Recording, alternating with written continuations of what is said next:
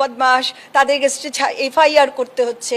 তাই উনি সুপ্রিমো যদি ডেকে বলতেন যে তোরা যা করছিস তাতে আমার মুখে চুনকালি পড়ছে, সুতরাং তোদের প্রতিষ্ঠা দিবস এবার বন্ধ, এটাতে ওনার জনপ্রিয়তা অনেক বাড়তো এবং ২৬ সালের ভোটেরও অনেক, তাতে ওনার অনেক সুবিধেই হতো বলে আমার মনে হয়।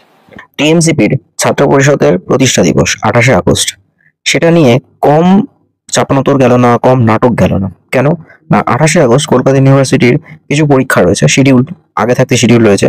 তো যিনি ছাত্র পরিষদের নেতা অঙ্কুর ভট্টাচার্য, তিনি অলরেডি বলেছিলেন যে এই পরীক্ষাটাকে পিছোতে হবে, নইলে তাদের সমাবেশে লোক হবে না বা তাদের প্রবলেম হয়ে যাবে। পরীক্ষার দিন রাস্তাঘাটে ভিড় হলে পরীক্ষা দিতে গিয়ে পরীক্ষার্থীদের সমস্যা হবে। তো ছাত্র সমাবেশের প্রতিষ্ঠা দিবসের দিন কখনোই পরীক্ষা রাখা যাবে না, এটা ছিল টিএমসিপি ছাত্র ইউনিয়নের প্রধান বক্তব্য।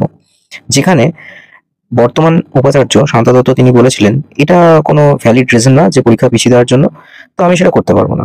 আর আপনাদের যদি প্রতিষ্ঠা দিবসের জন্য পরীক্ষা পিছিয়ে দিতে হয় তাহলে বাকি দলগুলো কি ভুল করলো তারাও বলবে। এই নিয়ে প্রচুর কাণ্ড হলো গত মাসের ২১শে জুলাইয়ের পর থেকেই।